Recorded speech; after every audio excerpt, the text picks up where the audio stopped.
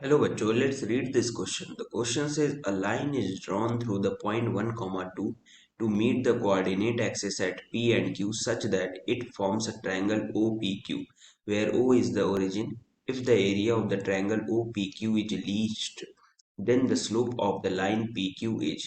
तो हम देख लेते हैं कि कॉन्सेप्ट क्या होगा. की कॉन्सेप्ट.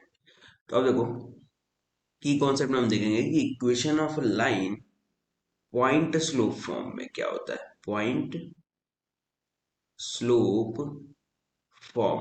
अब पॉइंट स्लोप फॉर्म का मतलब क्या है कि अगर आपके पास एक पॉइंट दिया हो और स्लोप दिया हो तो आप इक्वेशन क्या लिख सकते हो. तो हम लिखते हैं कि y minus y one is equals to m x minus x one.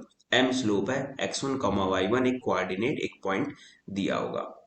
ठीक है. अब आप देखो कि यहाँ पर जो क्वेश्चन दिया है उसका अगर हम डायग्राम बनाएं तो ये मान लो आप हमारा एक्स और वाई एक्सिस है. ये एक्स एक्सिस हो गया और ये वाई एक्सिस हो गया. और यहाँ पर पी क्यू लाइन कुछ इस तरह से जा रही होगी. ये पॉइंट को अगर हम मान लें क्यू और इस पॉइंट को ले लेते हैं पी. यहाँ पे बोला है कि पी और क्यू पॉइंट पर वो कोऑर्डिनेट एक्सिस पे मिल रहे हैं. तो ये हो गया. अब 1, 2 से पास हो रहे हैं यानी 1, 2 यहाँ पर कोई पॉइंट होगा. और पी क्यू लाइन का यहाँ पर ले लेते हैं कि let slope slope of P Q line is equals to m. तो यहाँ से इक्वेशन ऑफ लाइन लिख सकते हैं क्योंकि देखो हमें 1, 2 एक पॉइंट पता है, स्लोप हमने m मान लिया, तो equation of line P Q हम लिख सकते हैं पॉइंट स्लोप फॉर्म से. तो यहाँ लिख सकते हैं कि equation of P Q line is equals to. तो यहाँ से हमें मिल जाएगा y minus two is equals to m x minus one. तो ये इक्वेशन हो गया.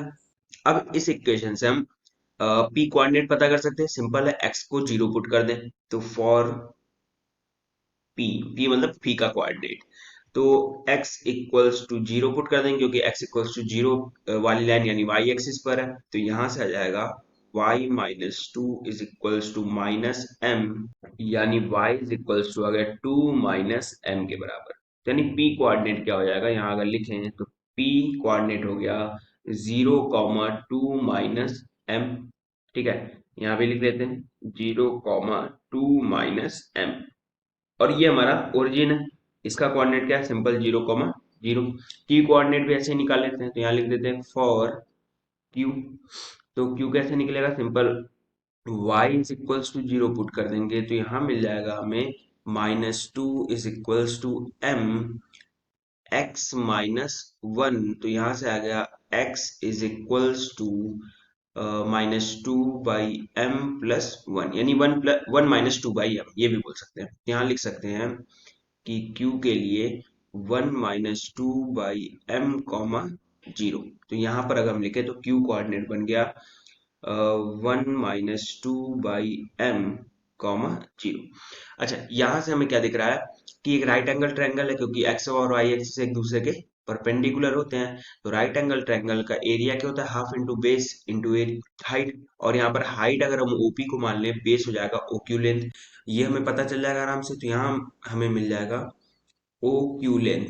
ओ क्यू लेंथ कितना है, सिंपल ओ से क्यू तक की दूरी यानी एक्स कोऑर्डिनेट जो होगा, एक्स हमारा जीरो है यहाँ पर, और ओ का और क्यू का एक्स कोऑर्डिनेट 1, 2 बाई m है. तो यहाँ से हो जाएगा O Q length 1, 2 by m के बराबर.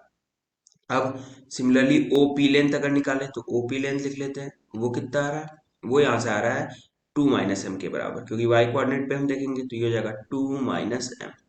हमें हाइट पता चल गया, बेस पता चल गया. तो हम यहाँ से लिख सकते हैं कि area area of triangle O P Q, और यहाँ से ये जाएगा 1/2 into O Q into O P, यानी 1 - 2 बाई m इंटू 2 - m.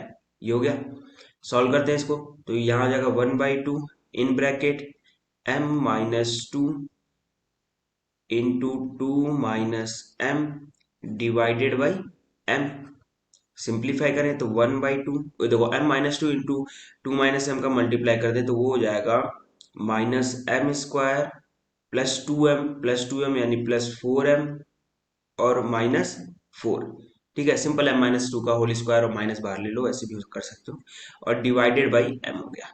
इसको और सिंप्लीफाई करके लिखे तो यहाँ लिख सकते हैं area is equals to 1/2 m, 1/2 common ले लिया, अंदर हो जाएगा, आप देखो 4m/m, यहाँ से हो जाएगा 4 सिंपली।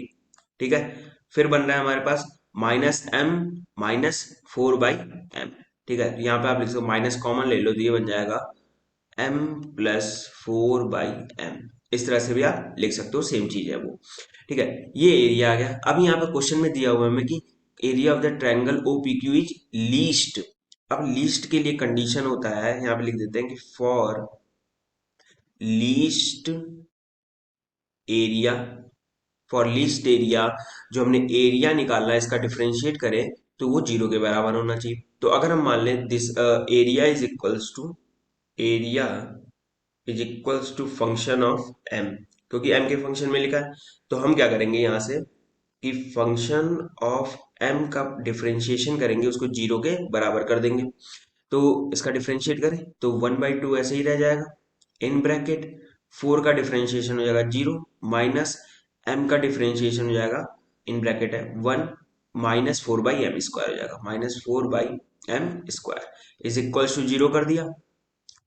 अब यहाँ से देखो 1/2 हट जाएगा, 0 हट जाएगा, ओवरऑल यहाँ पे आ गया 1 -4/m² इज इक्वल्स टू 0। तो यहाँ से हम लिख सकते हैं m² इज इक्वल्स टू 4 के बराबर, और m की वैल्यू यहाँ से आ गई +-2 के बराबर। ठीक है, m आ गया +-2। अच्छा, अब दोनों वैल्यू हो सकती है, बट कौन सी होगी? लीस्ट एरिया देखना है। हम क्या करेंगे कि f ऑफ m यानी एरिया को हम निकाल कर देखते हैं कि कौन सी वैल्यू आ रही है। तो यहाँ से हो जाएगा, पहले करेंगे कि f ऑफ 2 निकाल के देखते हैं। तो f ऑफ 2 यहाँ से क्या आ जाएगा, 1/2 है, 1/2 इन ब्रैकेट 4 माइनस, ये हो जाएगा m+4/m है, तो ये हो जाएगा 2+4/2 यानी 2 के बराबर। तो यहाँ से आ गया 4 - 4 0, यानी एरिया आ गया 0 यहाँ से। f ऑफ -2 अगर निकाले तो हो जाएगा 1/2 इन ब्रैकेट 4 माइनस, ब्रैकेट में हो जाएगा -2, और यहाँ पे भी हो जाएगा -2। तो ये होगा 4+4 यानी 8, और 8/2 होता है 4, तो यहाँ से आ गया 4, इसको बोल सकते हो यूनिट का स्क्वायर। ठीक है, अभी आप देखो तो एरिया तो 0 पॉसिबल नहीं है, तो यानी 4 जो होगा वही एरिया होगा, यानी m की वैल्यू जो होगी वो आ जाएगी -2, m की वैल्यू -2 आ गई। तो यही हमारा आंसर हो जाएगा, क्योंकि हमें पूछा क्या हुआ है, यहाँ क्वेश्चन में पूछा है कि slope of the line P Q, m की वैल्यू निकालनी थी। So the final answer is option 4 -2। Hope you understood it well, best of luck, thank you.